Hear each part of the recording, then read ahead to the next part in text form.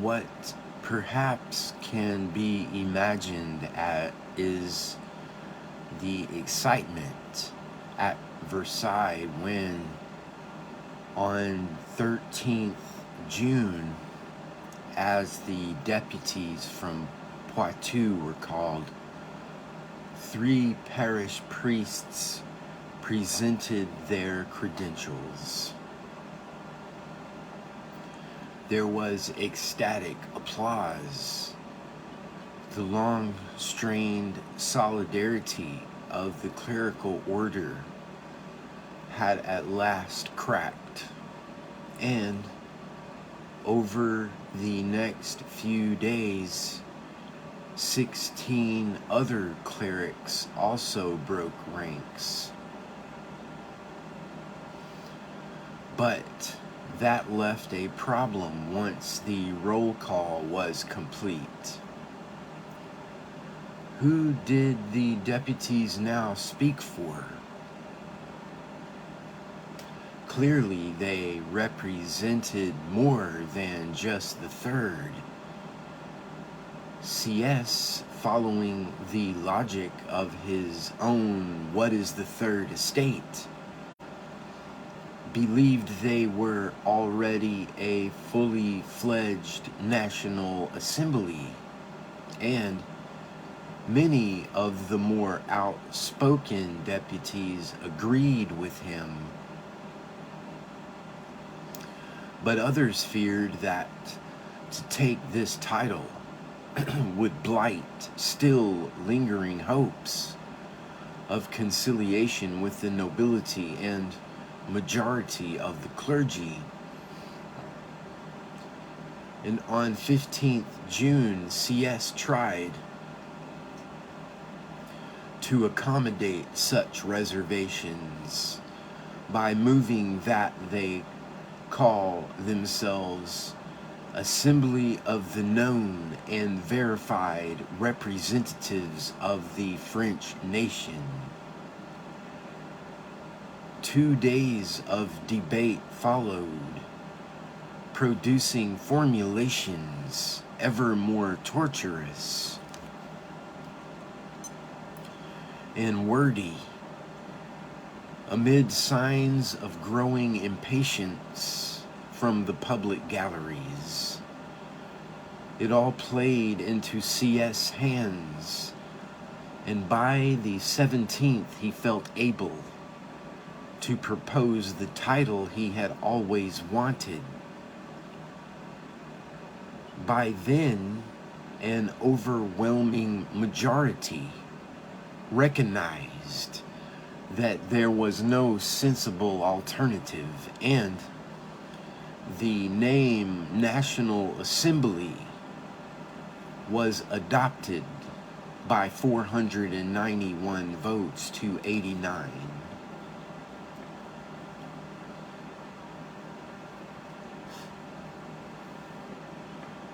In the euphoria of that moment, cool-headed radicals went even further.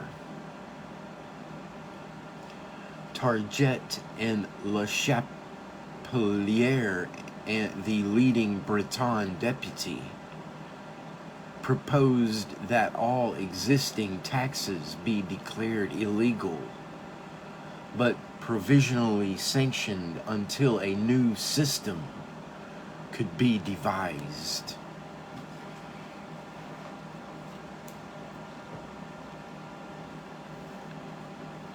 Authorization would lapse if ever the assembly ceased to meet.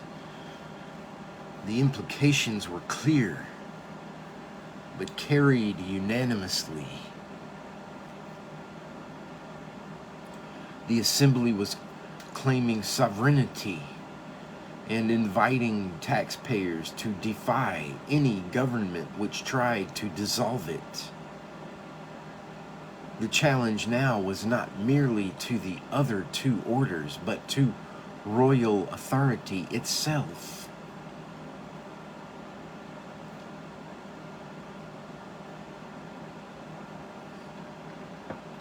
As the British ambassador, a duke, reported to his foreign secretary, another, the next day. If His Majesty once gives his decided approbation of the proceedings, such as they have hitherto been, of the Tiers État, it will be little short of laying his crown at their feet. The still grief-stricken king scarcely understood what was happening. The term National Assembly, he said, was only a phrase.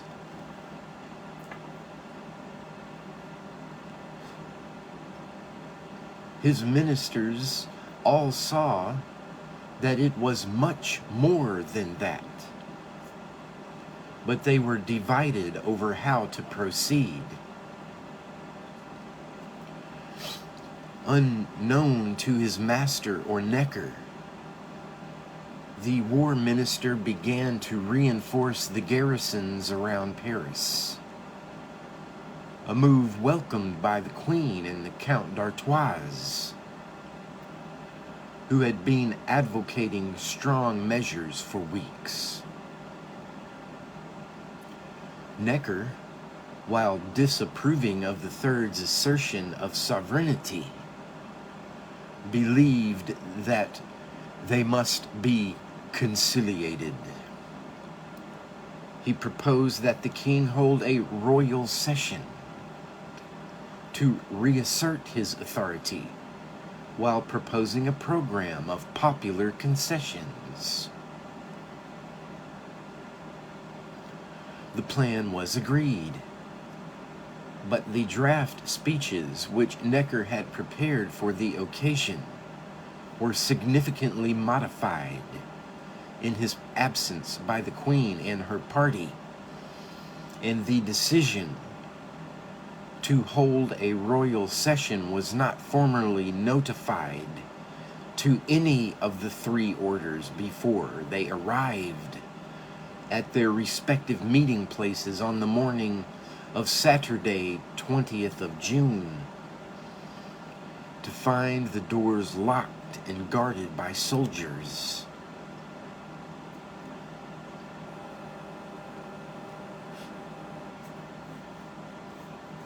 On the previous day, the clergy had at last voted by a narrow majority to join the National Assembly, and the excited deputies arrived the next morning expecting to give them a triumphant reception. Locked doors and soldiers stunned them, and posters announcing the royal session for the following Monday merely aroused suspicion that a dissolution was imminent. Even those who had opposed the decisions of 17 June were outraged by this act of despotism, and it became a point of principle to carry on meeting despite the royal prohibition. A nearby indoor tennis court was commandeered, and there, with indignant crowds packing all approaches, the deputies took a solemn oath never to disperse until the constitution of the realm and public regeneration are established and assured. When, the following Monday, the royal session was postponed by a day, the assembly made a point of sitting again. This time, it was able to welcome the majority of the clergy and, to general jubilation, 3 noblemen from Dauphiné. The solidarity and determination of the other 2 orders was evidently now crumbling fast. Nor did the royal session do anything to restore it. Necker, who over the weekend had taken elaborate steps to reassure the public that no dissolution was intended, felt compromised by the changes made to his plans in council, and ostentatiously stayed away. And when the king began, as in a lit de justice, under what men were already starting to call the old order, by nullifying the decisions of 17 June, nobles were seen to smile, and patriots in all three orders prepared for the worst. In fact, the program put forward by the king was quite imaginative, and most observers agreed at the time and later that if it had been put forward in May, it would have been generally acclaimed. In a 35-point declaration, he promised that in future no taxes and loans would be raised without the consent of the Estates General, and that several unpopular taxes would be abolished or modified. He promised to abolish arbitrary imprisonment, forced labor on the roads, and serfdom.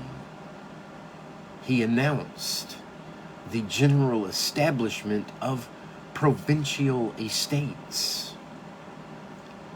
But he also declared all feudal rights to be inviolable property, and he merely urged and did not order the nobility and clergy to give up their fiscal privileges. All this was preceded by a declaration that the three orders were sacrosanct. The first two were indeed exhorted to join, with the third to discuss matters of common concern, and to ease the tender consciences of nobles who felt bound to separate deliberation by mandates from their electors.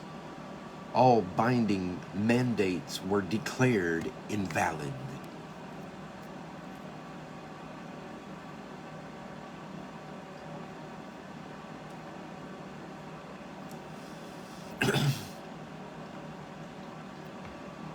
But the nobility and clergy were accorded a veto on all matters concerning their particular interests and privileges. And spectators, who had done so much to encourage the third's boldness, were excluded from all future sessions. Unprecedented numbers of troops surrounded the meeting hall that day, and the king concluded the proceedings with an overt threat.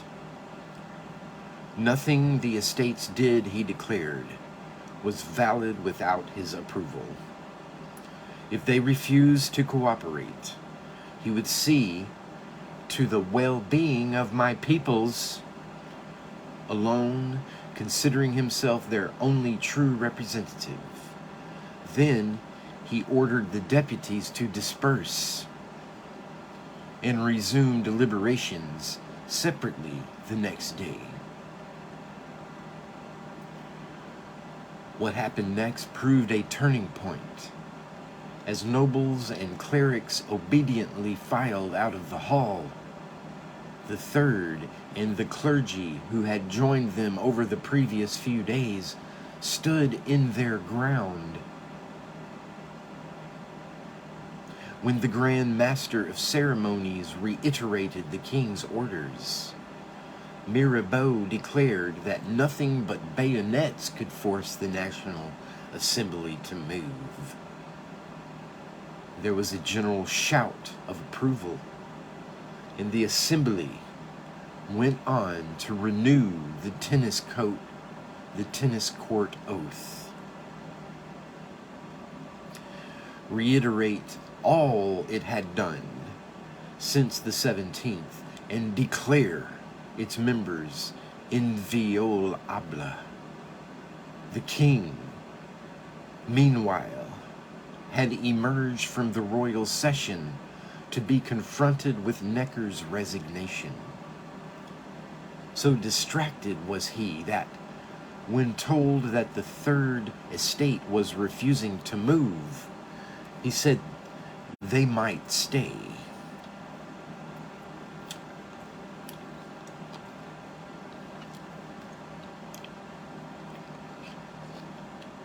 As in a previous royal session on 19 November 1787, with one word, a whole strategy was thrown away. Later that night, Necker was persuaded to withdraw his resignation. But by then, news of his absence from the royal session had reached Paris, and been taken as a sign of his dismissal. The Palais Royal exploded. "The ferment in Paris," noted Young the next day, "is beyond conception. 10,000 people have been all this day in the Palais Royal. To my surprise, the king's propositions are received with universal disgust. The people seem, with a sort of frenzy, to reject all idea of compromise and to insist on the necessity of the orders uniting. They are also full of suspicions at Monsieur Necker's offering to resign, to which circumstance they seem to look more than to much more essential points. Volatile crowds also roamed the streets of Versailles and burst into the palace past troops, who offered no resistance. When Necker appeared, he was hailed as father of the people, and grandiloquently promised he would not abandon them. But known opponents of the patriotic cause were mobbed, jostled, and had the windows of their lodgings broken. Troops saved the Archbishop of Paris from being lynched, but boasted of doing so without firing an unpatriotic shot. In Paris, on the 24th, 2 companies of the French Guards, the same regiment that had shot down the Réveillon rioters 2 months beforehand, refused public order duties. "Who could prevent this disorder?" wrote a worried, though not unpatriotic, Parisian on the 25th. "The police have no strength and no credit." Yet these events brought victory to the National Assembly. The king's failure to respond to their defiance and the massive popular backing they obviously enjoyed were enough for all but a handful of the remaining separate clergy. On the 24th, most of them came over. Ever since the 17th, Orleans and a minority of other nobles had been trying to persuade their own order to agree to common verification. On the 24th, they made one last effort, to no avail. The next day, 48 of them appeared in what was now being called the National Hall. 40 or 50 more were plainly on the point of following them. Clearly, the king could no longer rely on the first two orders to obey him. And the wavering of the French guards suggested that even force might fail. In these circumstances, he made the final surrender. On 27 June, he wrote to the presidents of the clerical and noble orders, ordering them to join the National Assembly. A few felt betrayed and tried to protest, but even they soon recognized that they had no choice.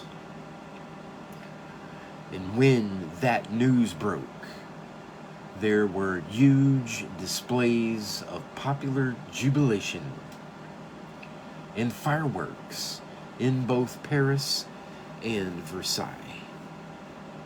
The king and queen, appearing in tears on the balcony of the palace, were cheered deafeningly.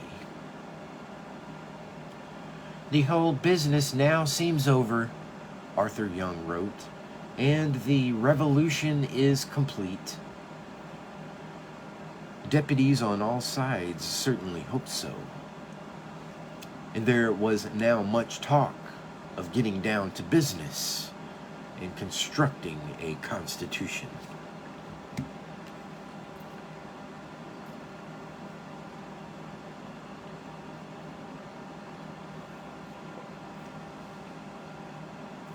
Everybody, even Third Estate deputies, had been unnerved by the scale and vigor of the popular ferment unleashed over the preceding fortnight. Responsible men now looked forward to a period of dignified calm, allowing a return to normality and social harmony. Yet, as July began, there was little sign of that. On 30th June, a crowd of 4,000 stormed a prison on the left bank where 10 mutinous French guards were awaiting transfer to closer confinement. They released them, carried them back in triumph to the Palais Royal, and feted them with a public collection. Such incidents suggested that the ferment was far from over. Despite the euphoric scenes of 27 June, suspicion of the court's motives was still widespread and profound. What was more, it was justified. On the 26th of June, 4 regiments were ordered from the frontiers to the Paris region. And around the same time, the king asked the veteran Marshal de Broglie to assume supreme command.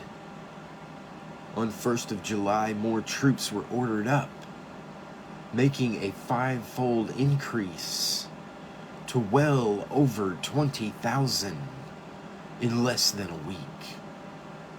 Nobody could fail to notice the buildup or the number of foreign regiments involved, presumed to be more reliable than the French ones.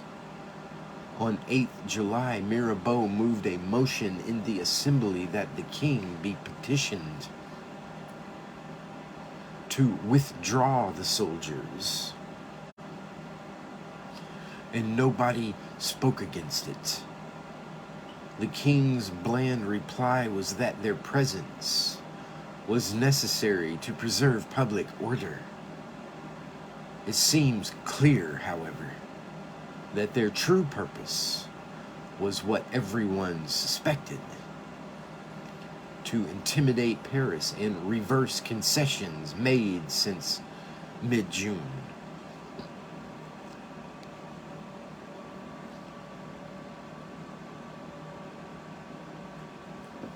At court, the Queen and Artois remained determined to get rid of Necker. Persuading him to stay on 23rd June had been a temporary necessity in their eyes.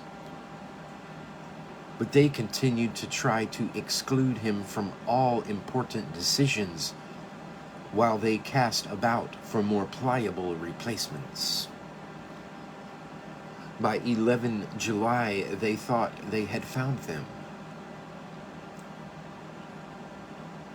That afternoon, the minister was presented with a royal letter dismissing him and ordering him to leave the country immediately. He complied at once, shocked though he was. 3 other ministers fell the next day. Broglie became Minister of War, and Bretul, an old rival of Cologne and a known authoritarian, was made chief of the council. Precisely what the new ministry intended to do is not clear, for once the news of Necker's fall broke, it scarcely had time to do anything. The changes could hardly have been more ill-timed. Everybody was frightened and unnerved by 2 weeks of troop improvements. As 12th of July was a Sunday, nobody was at work.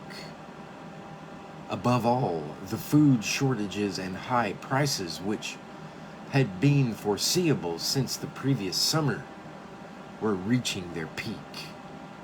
The dangerous mid-summer weeks, between the exhaustion of old stocks and the harvesting of new ones. Necker, of course, stood for control of the grain trade and subsidized bread prices. Over the spring, he had fought a losing battle to keep Paris cheaply supplied.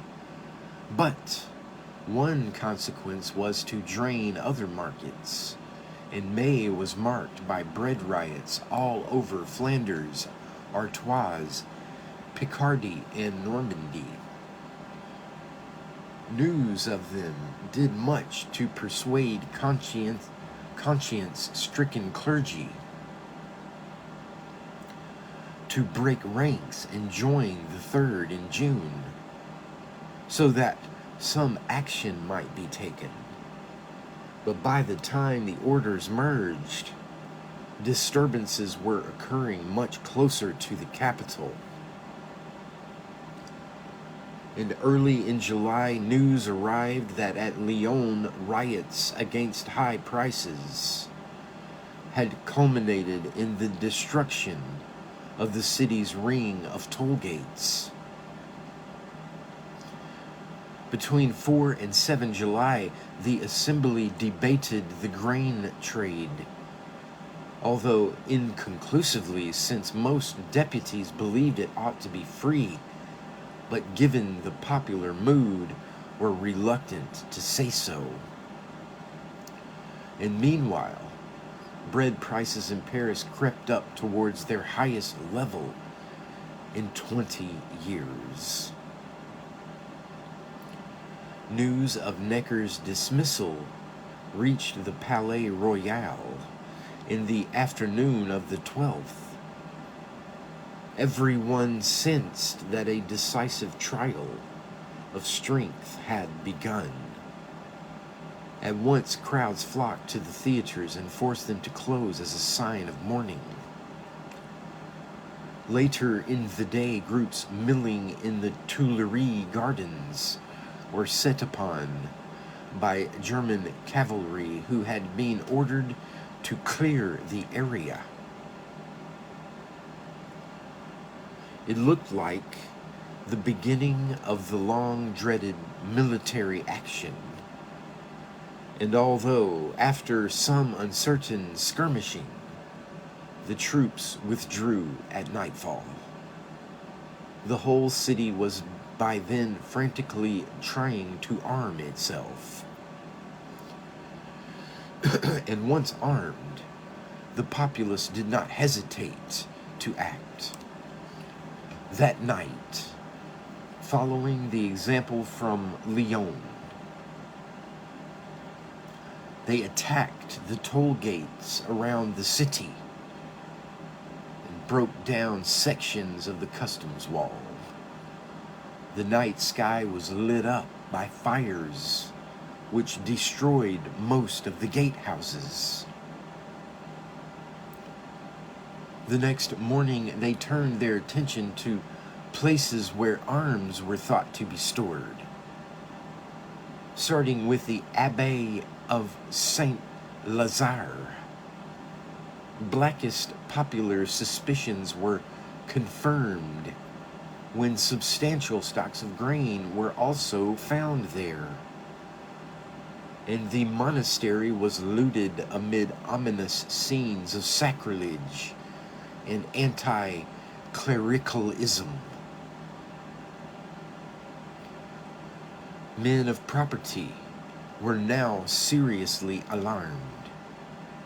The preceding Saturday, the electors of Paris who had continued to meet unofficially after their electoral duties had been discharged late in May, had already agreed to set up a citizens' militia to maintain order when troops could not be trusted.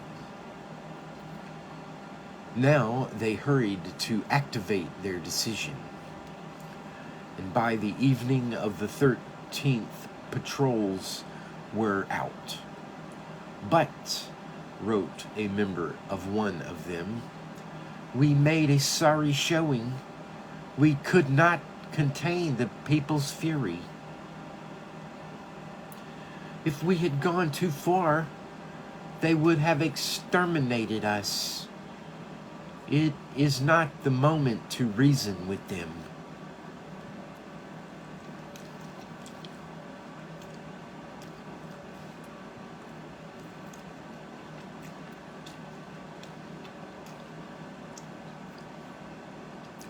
On the morning of the 14th,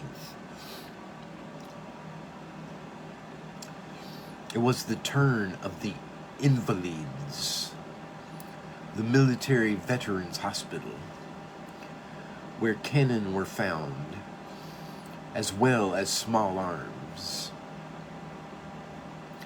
They were dragged across the city to the Place de Grève in front of the Hotel de Ville.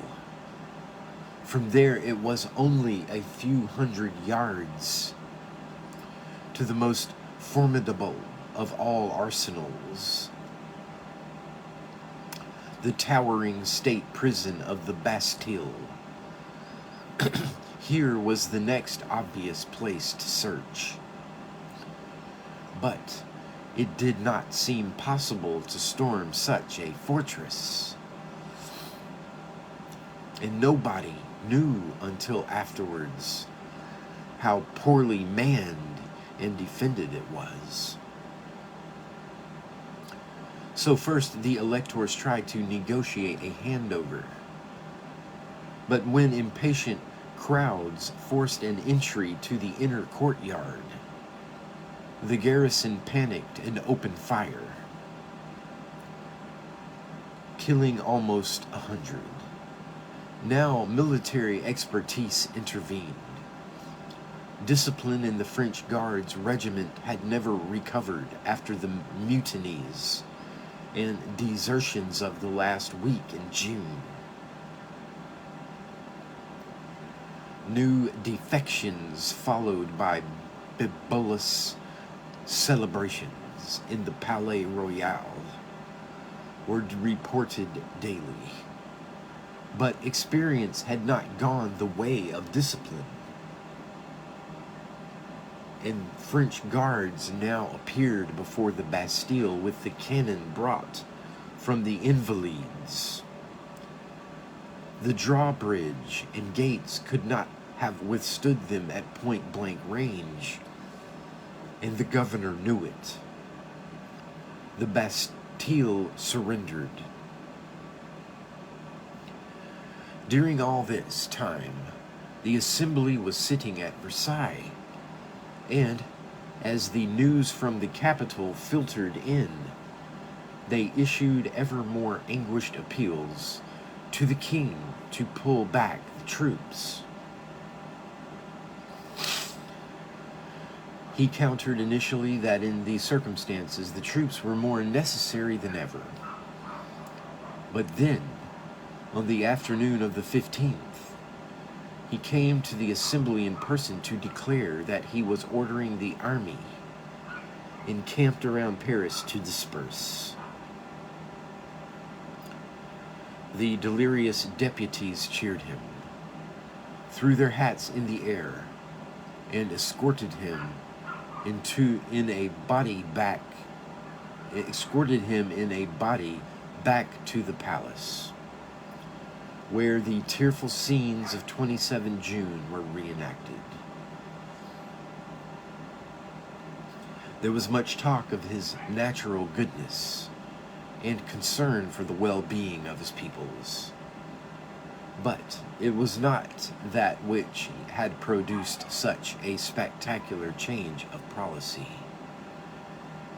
Throughout the 13th and 14th, the army had indeed been poised to restore order in Paris, and there were enough troops to do it, even if the carnage would have been fearful.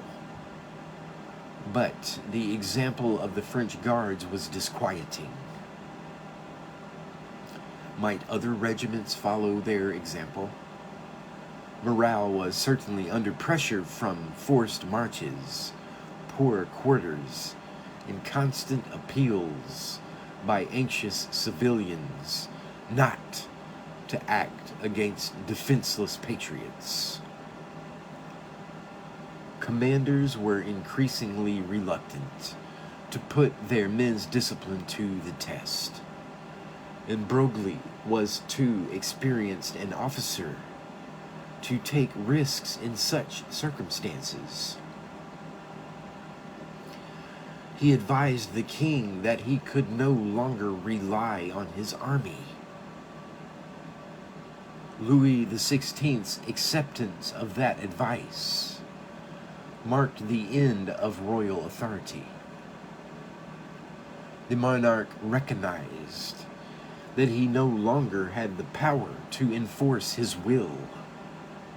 He was therefore compelled, finally, to accept all that had been done since mid-June. The Estates General had gone. They had been replaced by a single National Assembly with no distinction of orders, claiming sovereignty in the name of the nation and a mission to endow France with a constitution. For 4 tense weeks, the Queen, Artois, and their coterie had plotted and schemed to reverse these achievements. Ultimately, they were foiled by a wave of popular support for the stand taken by the Third Estate and fellow travelers in the other 2 orders. An atmosphere so intoxicating that the very forces the court was calling up to contain it were infected.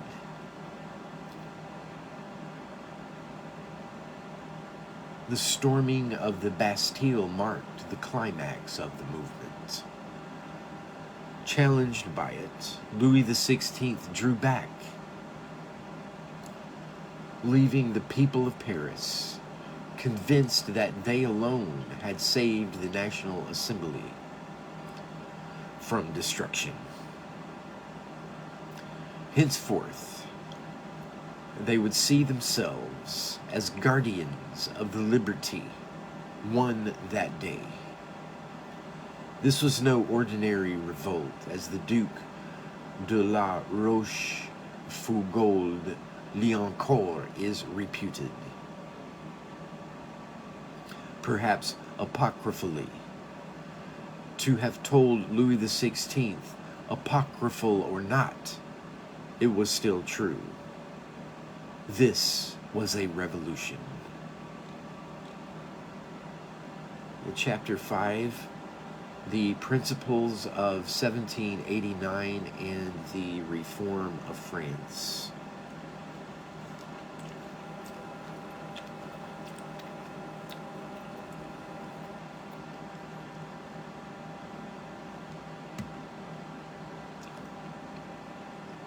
Royal authority had evaporated.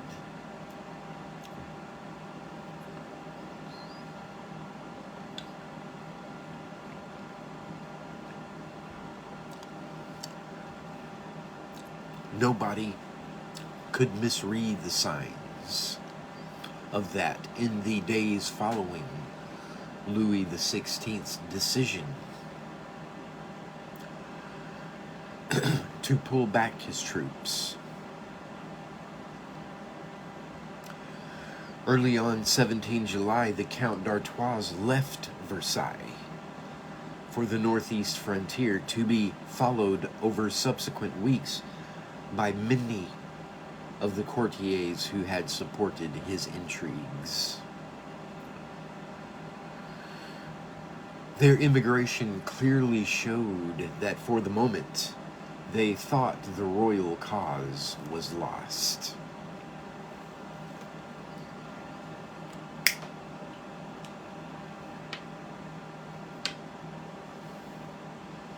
And later the same day, the king made his way, escorted only by a handful of deputies, to the Hotel de Ville of Paris to confirm that the troops were withdrawing and announce that Necker had been recalled.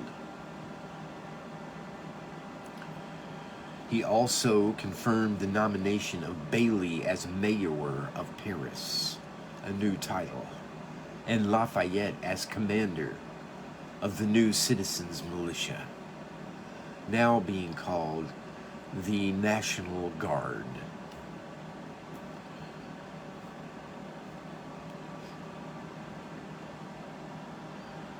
It was said that 150,000 armed citizens were on the streets that day,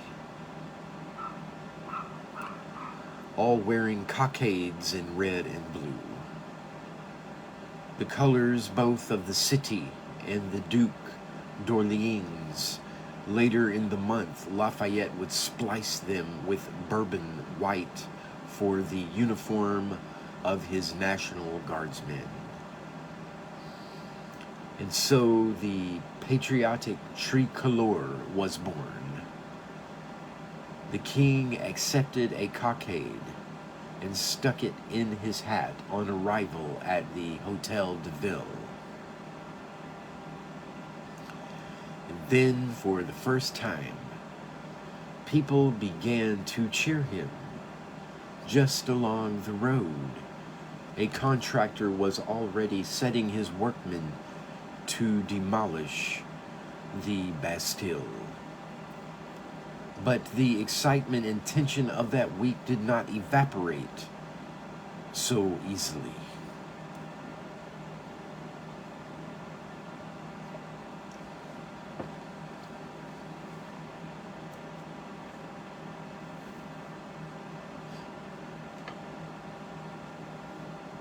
The price of bread remained high.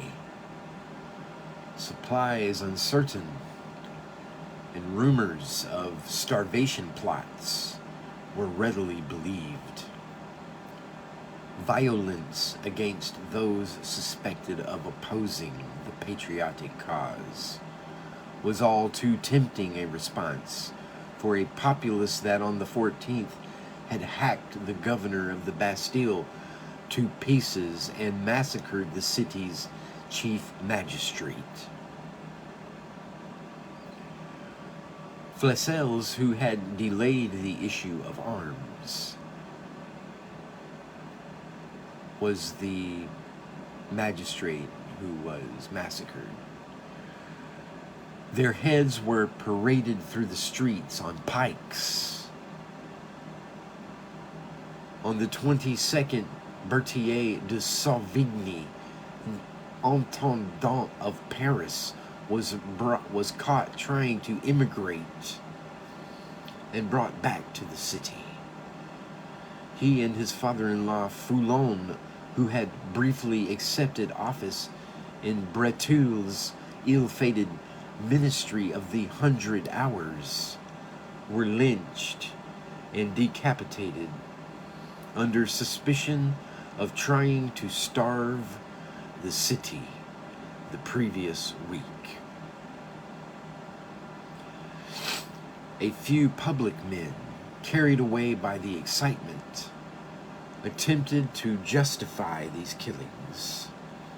Barnave, in a phrase that was to dog the rest of his career, asked what was so pure about the bloodshed.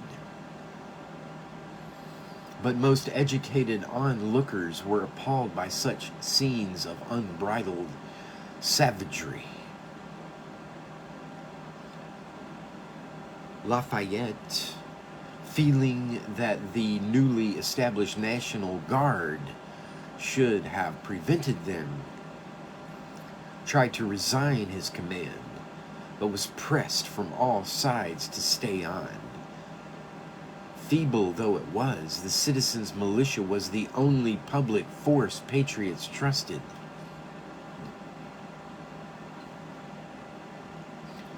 And it needed to be reliably led and organized in these formative days. News now pouring in from the provinces only reinforced this conviction.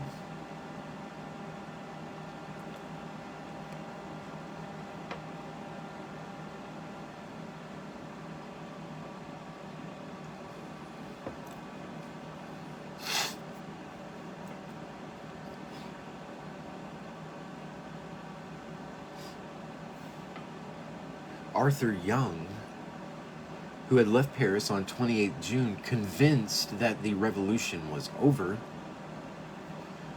was told in Nancy on 15 July that provincial towns would not stir until they knew what Paris had done.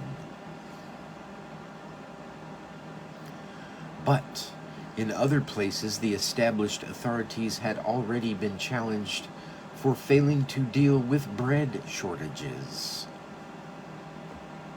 The militia set up in Marseille in March was soon imitated in other southern towns. And in the last days of June, as the constitutional struggle at Versailles hung in the balance, many municipal authorities came under increasing pressure from electors or self-appointed notables for failing to take precautionary steps against the dual threat of popular violence and despotism's revenge.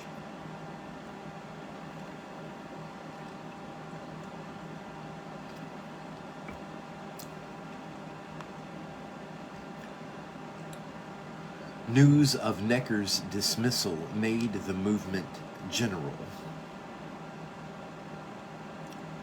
And in most of the kingdom's major towns, the third week of July saw the establishment of revolutionary committees, which either supplanted the old authorities or worked alongside them, monitoring their every move.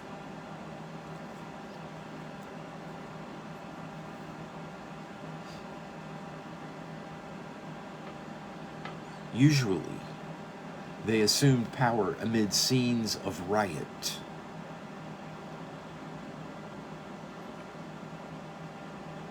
In Strasbourg, the town hall was sacked. In Rouen, grain stores were pillaged, and textile workers smashed spinning jennies. In Rennes, soldiers refused to defend the citadel and joined the crowds who drove their commander out of the city. Everywhere there were calls for cheaper bread, and in some places people denounced all taxes.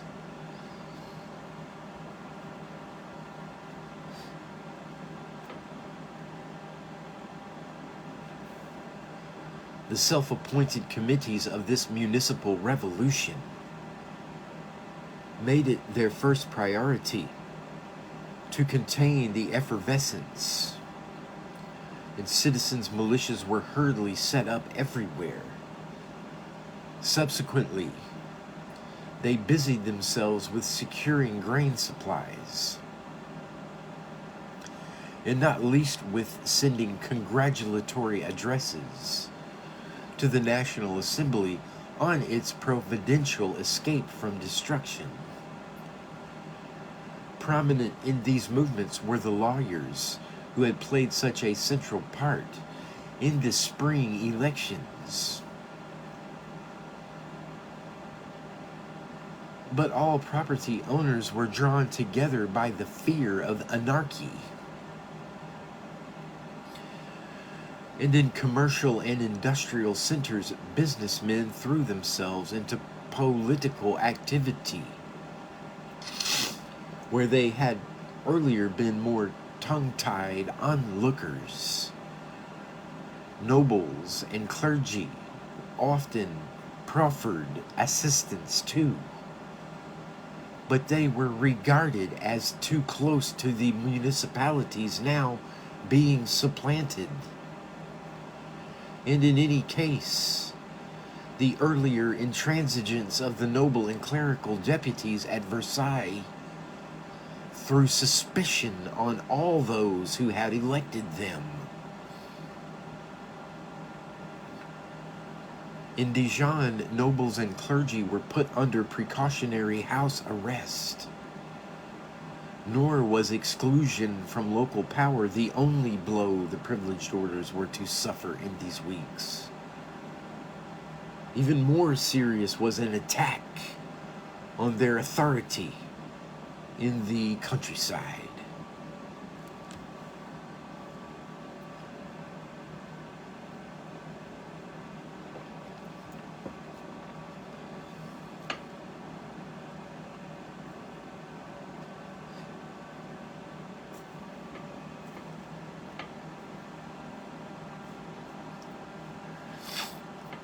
Rural unrest had been growing in many parts of the kingdom as the grain shortage worsened over the spring.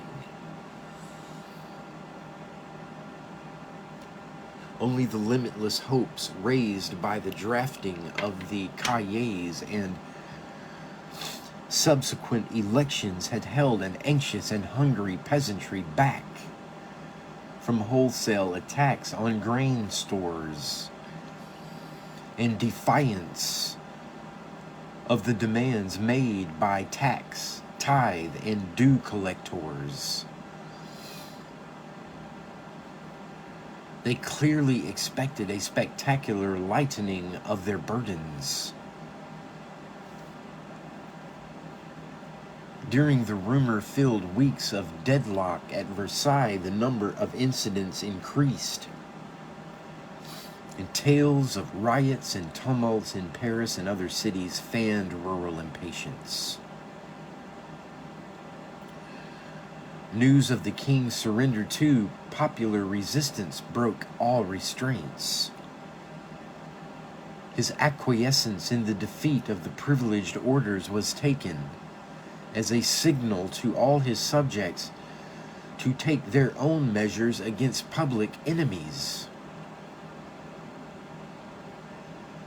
The prolonged political crisis had spawned countless wild rumors of plots to thwart the patriotic cause by starving the people. Monastic and noble granaries, reputedly bulging with the proceeds of the previous season's rents, dues, and tithes, seemed obvious evidence of their owners' wicked intentions. Equally suspicious were urban merchants, scouring country markets far beyond their usual circuits to provide bread for hungry townsmen. Besides, the roads were thronged with unprecedented numbers of men seeking work as a result of the slump. Farmers had good reason to dread the depredations of bands of traveling vagrants. It now took little persuading that the kingdom was alive with brigands in aristocratic pay.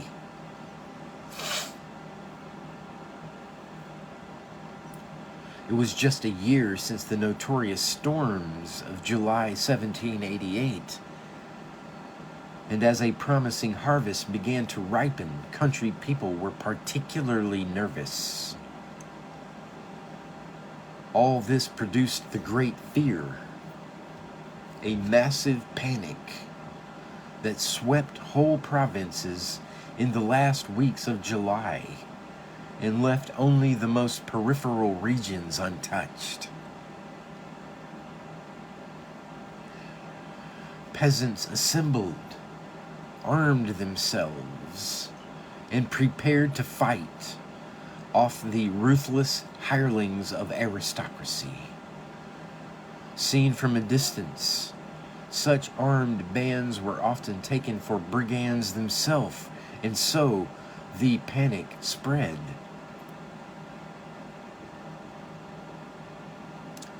In many areas, villagers did not wait for the marauders to arrive. Then it would be too late. They were determined to make sure of aristocratic defeat by striking preemptively. After all, they would only be anticipating what the assembly was bound to decree. As one country priest explained, when the inhabitants heard that everything was going to be different, they began to refuse to pay both tithes and dues, considering themselves so permitted, they said, by the new law to come. In other places, they raided barns to repossess what had already been paid.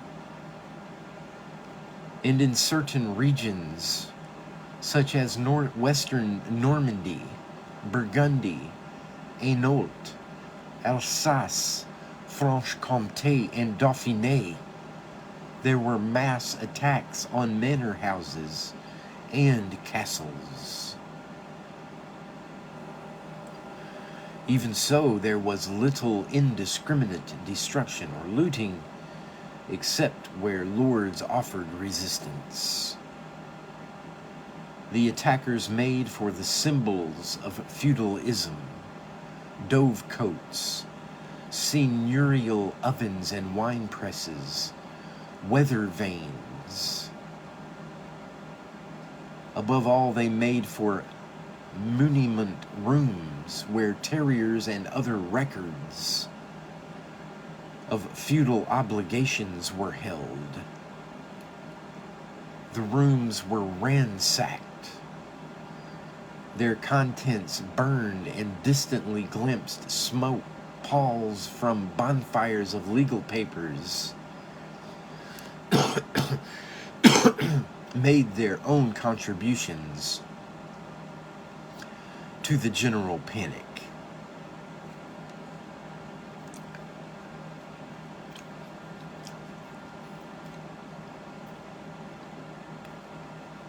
when lords were in residence. They were often compelled to make formal renunciations of their rights. If they refused, or if their records were not found, whole buildings might be burned down. On 19 July, intruders at the manor house of a particularly unpopular Franche-Comté landlord at Quincy, near Vesoul, were blown up in a huge explosion which destroyed the building. Nobody blamed the intruders. It was assumed that this was the revenge of any lord would take given the chance. News of the incident soon spread over all eastern France, constantly embroidered, and led to a new wave of sacking castles and rich abbeys, which went on well into August. Townsmen were appalled. Urban upheavals taking place simultaneously had done much to inflame the peasantry. But they were over fairly quickly, and citizens' militias seemed to have the situation in most towns under reasonable control. In some places, they even felt safe enough to send their forces out into the surrounding countryside to restore order. But as yet, they had little training or experience. Nobody trusted regular troops, and remoter rural districts seemed completely out of control. From Paris and Versailles, with reports of riot, pillage, and arson pouring in from all points of the compass, the situation looked even worse.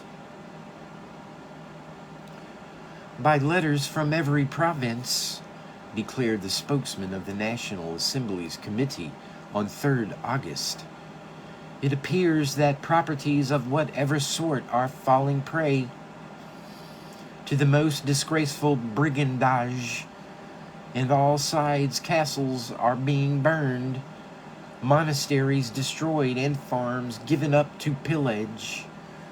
Taxes payments to lords all are destroyed. The law is powerless.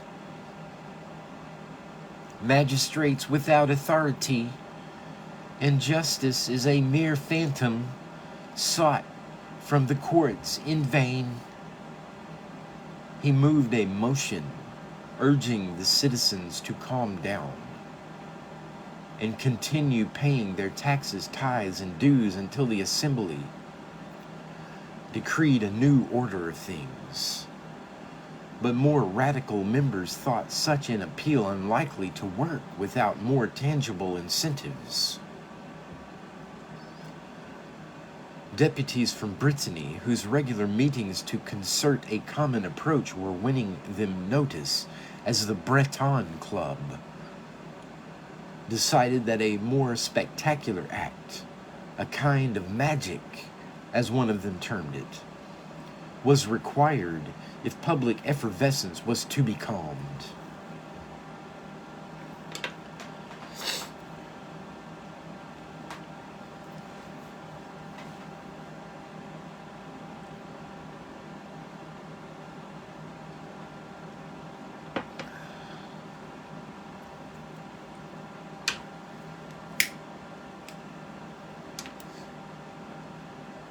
The whole of feudalism, they thought, should be abolished in one grand gesture. It was going to happen anyway.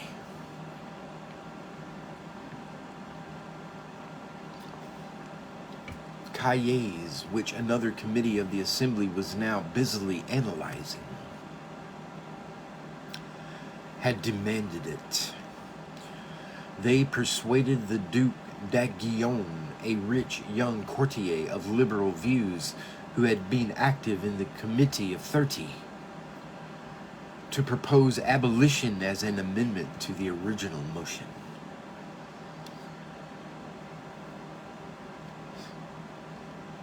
They timed his intervention for the evening of Tuesday 4 August, when they expected a thin attendance in the chamber. But when the radical Breton Le Chapelier, who would be in the chair, it proved to be the most sweeping and radical legislative session of the whole French Revolution. It began as chaotically as it was to continue. Before d'Aiguillon could speak, another nobleman, the Viscount de Noailles, doubtless aware what was afoot, came forward and moved his own version of abolition. d'Aiguillon could only support him, but the effect of two similar proposals coming in quick succession was to start an auction. Both had called for redemption of dues and abolition of serfdom and labor services.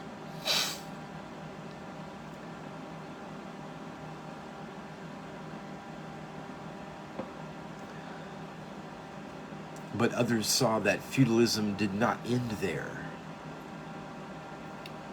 Hunting rights were soon being denounced, then private courts, then tolls. The original motion and its purpose of calming the countryside was soon lost sight of in a torrent of denunciations and renunciations, each carried by acclaim.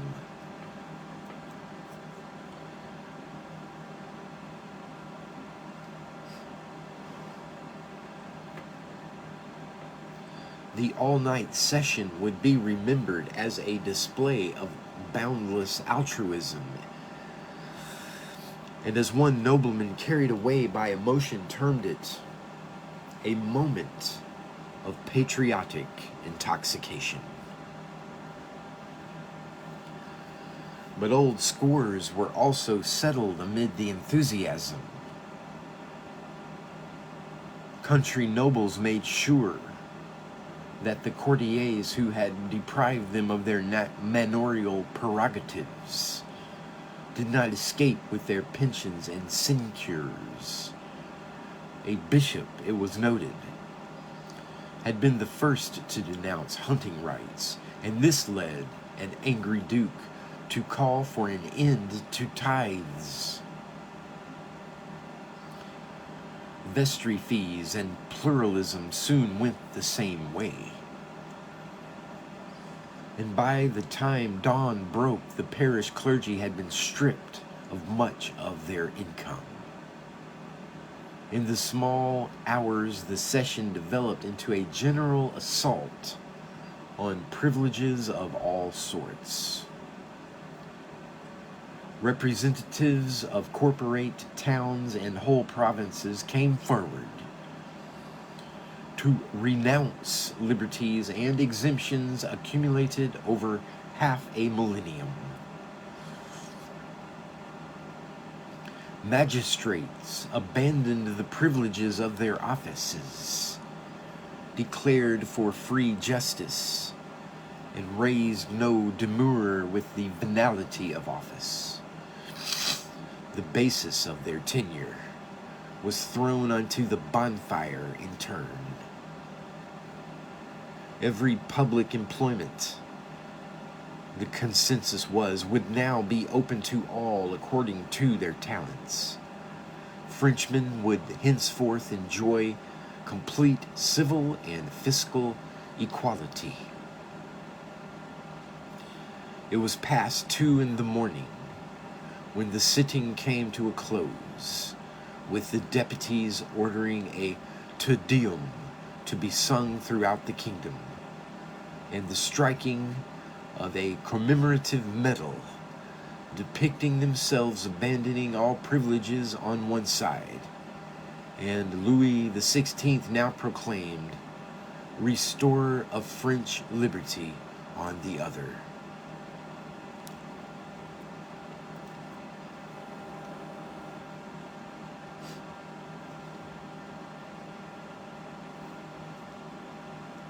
Nobody who was not there, Rabaud de Saint-Étienne later recalled, could know what this extraordinary session had been like. Even those who had been there had conflicting memories. Only scanty minutes had been kept. It took a week to draft all the decisions taken into a formal decree, and a further 6 months before all the technical details were settled.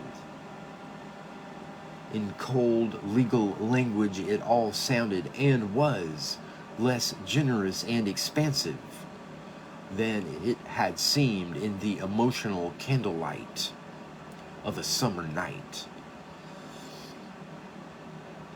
The decree of 11 August began with a ringing declaration that the National Assembly entirely destroys the feudal regime.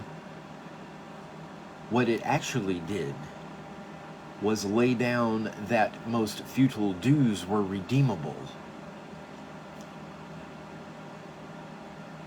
and should continue to be collected until compensation was paid. They were, after all, property.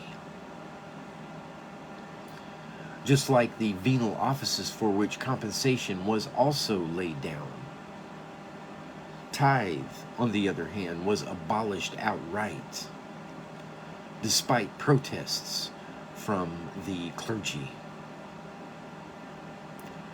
Some deputies were heard to declare ominously that all ecclesiastical property ought to be at the disposal of the nation.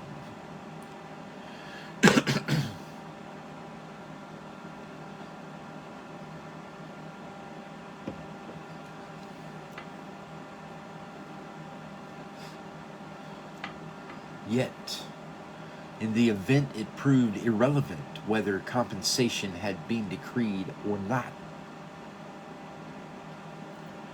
By 11 August, peasants all over France had stopped paying both dues and tithes, not to mention taxes. They took the decree as a vindication of their stand. They did not now intend to start paying again. On however limited a basis, and a few of them did, it was they, rather than the National Assembly, who really destroyed the feudal regime by refusing to cooperate even in its orderly winding up. So the decree's most important effect, along with the need to get back into the fields to gather in the harvest, was simply to calm the countryside down. And by the end of the month, the worst of the rural unrest and panic had died away.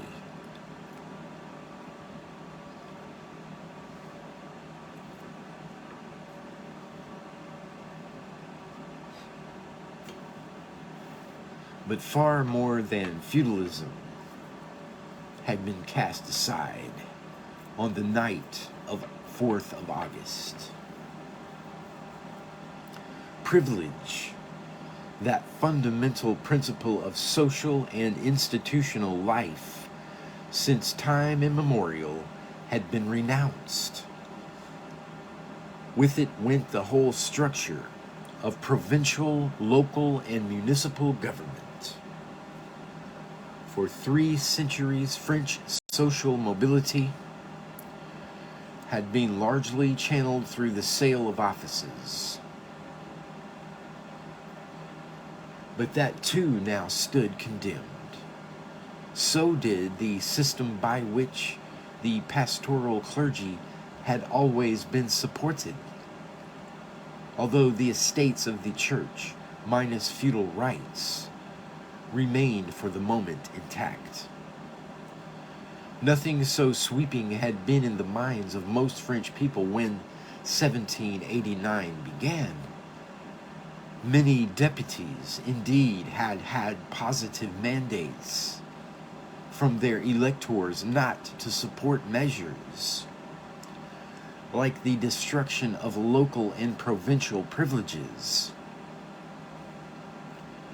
And there had been overwhelming support for paying the parish clergy more rather than destroying their income altogether. But by now, the deputies at Versailles had gone far beyond their mandates on a wide range of issues. The merger of the orders itself could not have taken place if mandates had been strictly respected by nobles and clergy. And one of the National Assembly's first formal acts was to vote on 8th July for the abrogation of all binding mandates. This left the representatives of the sovereign nation free, without referring back to decree the destruction of whatever they saw fit. It also left them at liberty to reconstruct their country on entirely new lines. All the deputies assembled at Versailles in May 1789 believed that they had been elected to endow France with a constitution. As early as 7 July, they had voted to call themselves the National Constituent Assembly. And there was remarkable agreement across all three orders in the cahiers about what the Constitution should contain. Most deputies believed, although some deplored giving such hostages to fortune, that it should be prefaced by a declaration of rights along the lines pioneered in the 1780s by certain American states. Between 9 and 28 July, a score of drafts were submitted by various deputies. And on 4th of August, the afternoon before the famous all-night session, the Assembly agreed to promulgate a declaration as a matter of urgency. And on 26th of August, after a week of discussion spun out by clerical reluctance to concede total freedom of thought and worship, the Declaration of the Rights of Man and the Citizen was finally voted. The Assembly reserved the right to add to or alter it when the Constitution itself was finally promulgated. But when that moment came, 2 years later, nobody dared. The Declaration had become the founding document of the Revolution and as such sacrosanct. The keynote of the Declaration was the rule of law. It is specifically referred to in 9 of the 17 articles. Article 6 defines law as the expression of the general will made by the direct or indirect participation of all citizens, and implicit condemnation of the legislative sovereignty claimed by kings under the old order. Sovereignty, in any case, Article 3 declares, rests essentially in the nation. Nobody and no individual, which meant no king, might exercise any authority not expressly emanating from the nation. In the eyes of the law, all citizens are equal, for states the very first article, men are born and remain free and equal in rights. The aim of all political associations, Article 2, is the preservation of the natural rights of liberty, property, security, and resistance to oppression. Hitherto, the inference was these rights had been ignored in France. That was why it was necessary for the Declaration to condemn arbitrary arrest and imprisonment. Article 7. Presumption of guilt before judgment. Article 9. Public officials who were not accountable. Article 15. And insecurity of property. Article 17. In a society, Article 16 specifies, in which the guarantee of rights is not assured, or the separation of powers not determined, has no constitution. And equality before the law meant the end of privilege. Taxation henceforth would be apportioned equally among all citizens according to their capacity to pay. Article 13. And appointment to public positions would be open to all citizens according to their capacity and with no other distinction than that of their virtues and talents.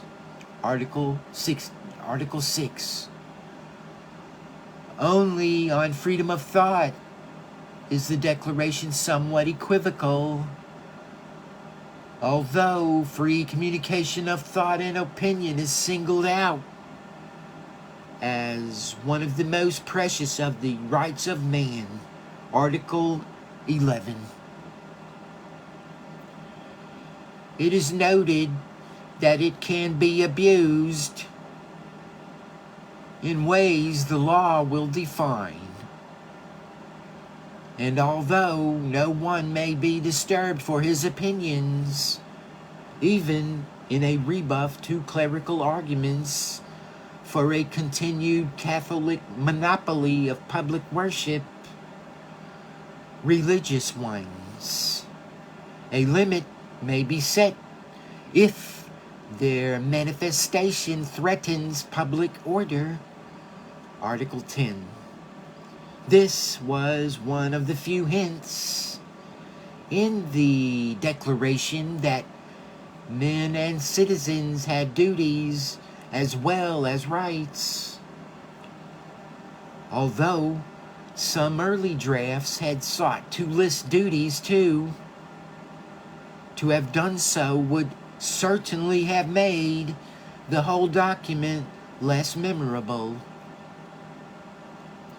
As it was, it long outlived the Constitution, to which it was a preamble, and has been looked to ever since by all who derive inspiration from the French Revolution as the movement's first great manifesto enshrining the fundamental principles of 1789.